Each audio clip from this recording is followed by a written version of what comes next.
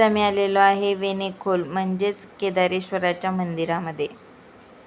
मंदिराच्या पाठीमागची बाजू अतिशय सुंदर असून मस्त असा वारा सुटलेला आहे आणि मागच्या बाजूला सुंदर असं धरण आहे. खूप सुंदर मंदिर आहे, परंतु येथे फक्त स्त्रियांना प्रवेश नाही.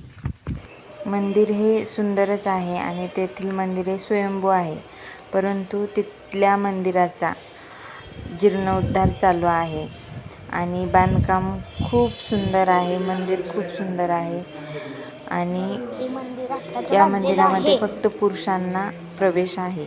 या मंदिराचे हे पुजारी आहेत, यांनी आम्हाला सुंदर असा इतिहास सांगितला.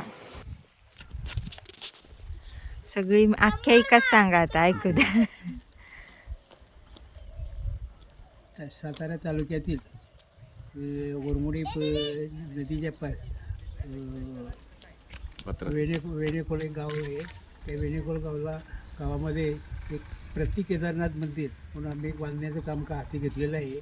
तर हे प्रतिनाथ केदार कसं आहे, कुठून काय आहे की त्याचा इतिहास असा आहे की आम्ही 7-8 वर्ष पिढ्यापूर्वी एक आमच्या गावामध्ये शेती हा मुख्य प्रामुख्याने धंदा होता आणि शेती हा धंदा असल्याकारणाने ढोरही आम्ही जास्ती पाळत होतो. आणि त्यामुळं काय आमच्या इथं गुरं पाळत असताना एका शेतकऱ्याकडं कपिल गाय म्हणून एक होती आणि त्या कपिल गायच्या माध्यमातून आम्हाला ही सोयाबीन पीठ भेटलेली आहे. तर ती गाय काय करायची, सकाळी सोडली 11 वाजता ह्याला चारायला, तर ती चारता की 11च्या सुमाराला ती गाय निघायची आणि नदीच्या पलीकडे जाऊन जाळवंड होतं, त्या जाळवंडामध्ये ती दूध सोडायची, गवसार सोडायची आणि घरी यायची. आणि संध्याकाळी घरी आल्यानंतर ती घरची माणसं तिथं दूध काढायला गेल्यानंतर ते दूध भेटायचं नाही.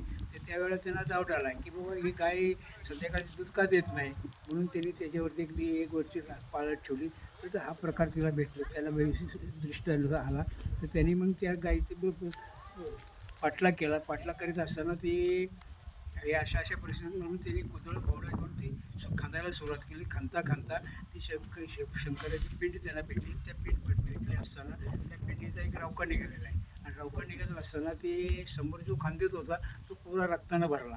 रक्तानं भरल्यानंतर त्याच्या अंगाची लायलाई झाली असल्याकारणानं मग तो इथे एक आमची ओरमुडी नदी आहे आणि त्या ओरमुडी नदीमध्ये त्या ढोमध्ये थंड पाण्यामध्ये आंघोळ करायला गेला.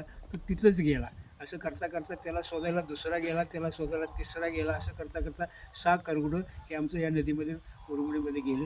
त्या ह्याला ढोला आम्ही माणूसमुळे म्हणून नाव ठेवलेलं आहे. तर अशी परिस्थिती असताना मग ही लोकं गेली तर आणि मग म्हातारी माणसांनी सगळ्यांनी येऊन देवाची पूजा केली की बाबा तू आम्हाला डायरेक्ट दृष्टांत दाखवलास. दृष्टांत दाखवला असताना तू आज आमच्या पांढरीमध्ये नाहीस, तू आज दुसऱ्याच्या पांढरीमध्ये आहेस. तर तू आमच्या विचाराला वाटेल आम्ही तुझी वेळी आपली सेवा करू, तर तू आम्हाला आमच्या ह्याच्यामध्ये मग त्या हाकेला ओ देऊन तो आज नदीच्या पलीकडे असणारी शंकराची पीठ ही स्वयं आहे आणि ती डायरेक्ट आमच्या पांढरीमध्ये आली. तिथपासून हा आमचा इतिहास आहे.